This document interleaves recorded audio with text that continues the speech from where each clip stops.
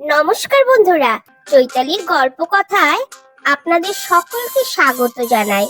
আজও নিয়ে এসেছি গোপাল ভাঁড়ের একটা মজার গল্প, বিষদোহন। একদিন মহারাজ কৃষ্ণচন্দ্র গোপালের বুদ্ধি পরীক্ষা করার জন্য বললেন, গোপাল, কাল তুমি আমাকে 1 সের বিষদুগ্ধ এনে দিও। মহারাজের কথা শুনে গোপালের চক্ষু চড়ক গাছ। সে মহারাজকে বলল, মহারাজ, ষাঁড়ের দুধ পাওয়া যায় না, গাভীর দুধ পাওয়া যায়। গোপাল যতই বোঝাতে চেষ্টা করে মহারাজ শুনতে চান না। মহারাজের জিদ দেখে গোপাল চিন্তা করতে করতে বাড়ি ফিরে এলো। সারাদিন চিন্তা করে করে সে কোনো উপায় না দেখে দরজা বন্ধ করে শুয়ে পড়ল।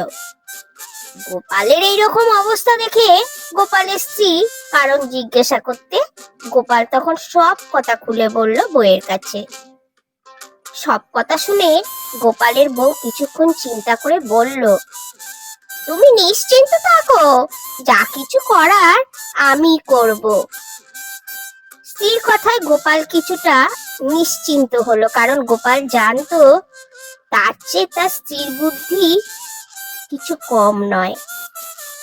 পরের দিন গোপালের বউ এক বোঝা কাপড় নিয়ে রাজবাড়ির সামনে নদীর ঘাটে কাচতে শুরু করলো। মহারাজ তখন প্রাতঃভ্রমণ সেরে ওই পথেই আসছিলেন।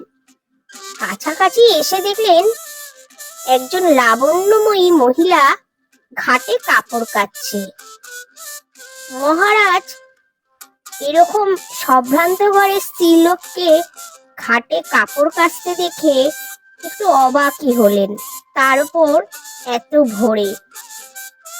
তিনি কাছে গিয়ে বললেন, মা, আপনাকে একটা কথা জিজ্ঞাসা করতে পারি?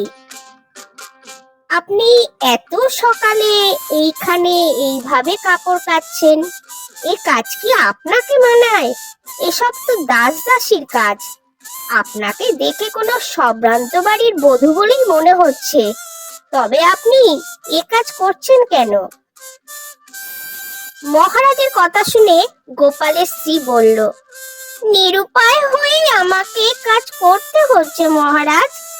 দাসীটি অসুস্থ, আমার স্বামী প্রসব বেদনায় কাতর হয়ে ছটফট করছেন। কাজে নতুন লোক খুঁজে আনার লোক কোথায় পাবো, তাই আমাকেই এ কাজ করতে হচ্ছে। কথা শুনে মহারাজের তো চক্ষু চড়ক গাছ। তিনি জিজ্ঞেস করলেন, আপনার স্বামী প্রসব বেদনা? এ কি অসম্ভব কথা বলছেন? এ কি কখনো সম্ভব? পুরুষের কি কখনো প্রসব বেদনা হয় না বাচ্চা হয়? গোপালের স্ত্রী সুযোগ পেয়ে বললে, কিছুই অসম্ভব নয় মহারাজ। যেখানে ষাঁড়ের দুধ পাওয়া যায় সেখানে পুরুষের প্রসব বেদনা ওঠা কি এতই অসম্ভব? আমাদের মহারাজ একজনকে ষাঁড়ের দুধ আনতে আদেশ করেছেন শুনতে পেলাম। মহিলার কথা শুনে মহারাজ লজ্জিত হলেন এবং বুঝতে পারলেন এ আর নিশ্চয়ই অন্য কেউ নয়, গোপালেরই স্ত্রী। তিনি কোনো কথা না বলে সে স্থান ত্যাগ করলেন। তারপর যথাসময়ে গোপালকে পেয়াদা দিয়ে রাজসভায় ডেকে আনলেন এবং তার স্ত্রীর বুদ্ধিমত্তার জন্য পুরস্কারও দিলেন।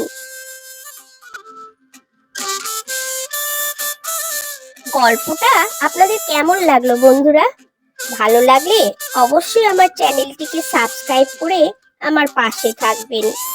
আপনাদের অসংখ্য ধন্যবাদ জানাই আমার চ্যানেলটিকে যারা যারা সাবস্ক্রাইব করেছেন। পরে আবার একটি মজার গল্প নিয়ে চলে আসবো।